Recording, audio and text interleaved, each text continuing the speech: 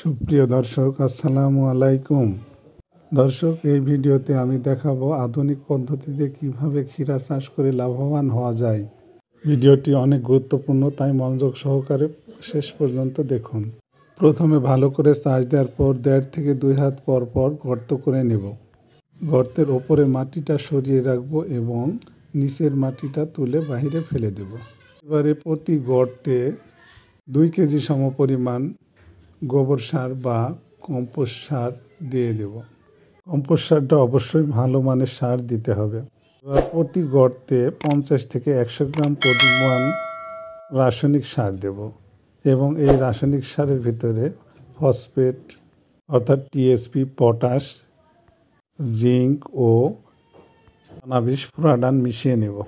এবারে গর্তের যে ওপরের মাটি ছিল সেটা নামিয়ে দিয়ে কম্পোস্ট সার, রাসায়নিক সার এবং মাটি ভালোভাবে মিশ্রিত করে গর্তটা সুন্দর করে ভরাট করে রেখে দেব। এইভাবে 2 থেকে 3 দিন তো 7 দিন পর্যন্ত রাখা যায়। 7 দিন পর্যন্ত রাখলে সব থেকে ভালো হয়, কারণ রাসায়নিক সারটার রাসায়নিক কার্যক্রমটা শক্তিতে পরিণত হয়। দর্শক, ভিডিওটি ভালো লাগলে চ্যানেলটি সাবস্ক্রাইব করে পাশে থাকুন এই ধরনের ভিডিও পেতে। এবারে বীজের জার্মিনেশন অর্থাৎ অঙ্কুরোদ্গম করে নিতে হবে। জন্য প্রথমে আমরা পানিতে 12 ঘন্টা ভিজিয়ে রাখবো। এরপরে বীজগুলোকে ছাঁকনি দিয়ে ছেঁকে নেব। ছেঁকে নেওয়ার পরে ছাঁকনির ওপরে কিছু সময় রেখে দেব যাতে পানিটা ঝরে যায়। এভাবে 2 থেকে 3 ঘন্টা রাখলে পানিটা যখন হালকাভাবে ঝরে যাবে অর্থাৎ অতিরিক্ত পানি চলে যাবে ভিতর থেকে, তখন এটাকে আমরা জার্মিনেশন বা অঙ্কুরোদ্গমের জন্য দ্বিতীয় স্টেপে নিয়ে যাব। এই পর্যায়ে একে টিস্যু পেপারের উপরে রাখবো। টিস্যু পেপারটা 2 থেকে 3 পরল হলে ভালো হয়, এতে এর অতিরিক্ত রসটা চুষে নেয়। এতে পরিমিত মাত্রায় রস থাকা বাঞ্ছনীয়। কম বা বেশি হলে জার্মিনেশন বা অঙ্কুরোদ্গমের সমস্যা হবে। এই পর্যায়ে আমরা টিস্যু পেপারটাকে সুন্দর করে মুড়িয়ে নেব। এর 4 কোণা থেকে চারদিকে মাঝখানে তুলে দিয়ে সুন্দরভাবে অনুরূপভাবে মুড়িয়ে নেবেন। এইভাবে মোড়ানোর পরে এটা একটি প্যাকেটের মতো হলো। এখন এই প্যাকেটটাকে আমরা একটি সুতি কাপড়ের মাঝে রাখব এবং সুতি কাপড়টা আবার একে মুড়িয়ে নেব। বীজগুলো মোড়ানোর পরে আমরা একটি পাত্র বা প্লাস্টিকের পাত্র নেব বা কাঁচের পাত্র নিলেও হবে।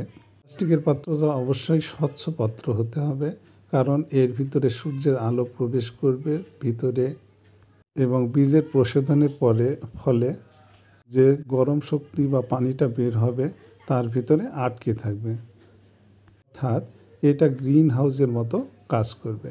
তার ফলে ভিতরে গরম হয়, অতএব অঙ্কুরোদ্গমে সাহায্য করবে। দর্শক দেখুন, 1 দিনের বীজ 1 দিনে এইভাবে পদ্ধতিতে রোদ্রে রাখার ফলে অঙ্কুরোদ্গম হয়েছে, অর্থাৎ বীজের। এবারে আগে যে গর্ত করা ছিল সেই গর্তে আমরা প্রতিটি গর্তে 4টি করে বীজ লাগাবো। 4 জায়গায় ছিদ্র করে এখানে বীজটাকে এর ভিতরে ফেলে দিয়ে বা পুঁতে দিয়ে মাটি দিয়ে ভরাট করে দিতে হবে। যদি কোনোভাবে 1টি বা 2টি বীজ নষ্ট হয়ে যায়, তারপরেও 2টো বীজ গজালেই আমাদের উক্ত জায়গার চাহিদাটা পূরণ হবে। বীজ লাগানোর পরে অবশ্যই পানি দেওয়া যাবে না। পানি দিলে ওপরে চটা হয়ে যাবে, ফলে ভিতর থেকে উদ্ভিদটি বেরিয়ে আসতে পারবে না।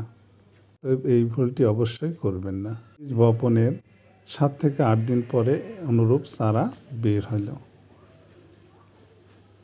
এই 7-8 দিন পরে এই পর্যায়ে আমরা সেচ দিতে পারি। এরপরে সেচ দিলে 2-1টি চারা বেরোতে বাকি থাকলে সেটা বেরিয়ে যাবে। 15 থেকে 20 দিন পরে চারার এই পর্যায়ে আসে, অর্থাৎ 1 মাস পরে এটি ফুল ধরার উপযোগী হয়। এই পদ্ধতি অবলম্বন করে এইভাবে সুন্দর চারা তৈরি করতে পারি। চারা থেকে ফল ধরানো ও পরিচর্যা পরের ভিডিওতে আলোচনা করা হবে। আমরা একদিনের জার্মিনেশনের বীজ লাগিয়েছি, কারণ রৌদ্রোজ্জ্বল দিন 3 দিনের জার্মিনেশনের বীজ লাগালে সমস্যা হবে।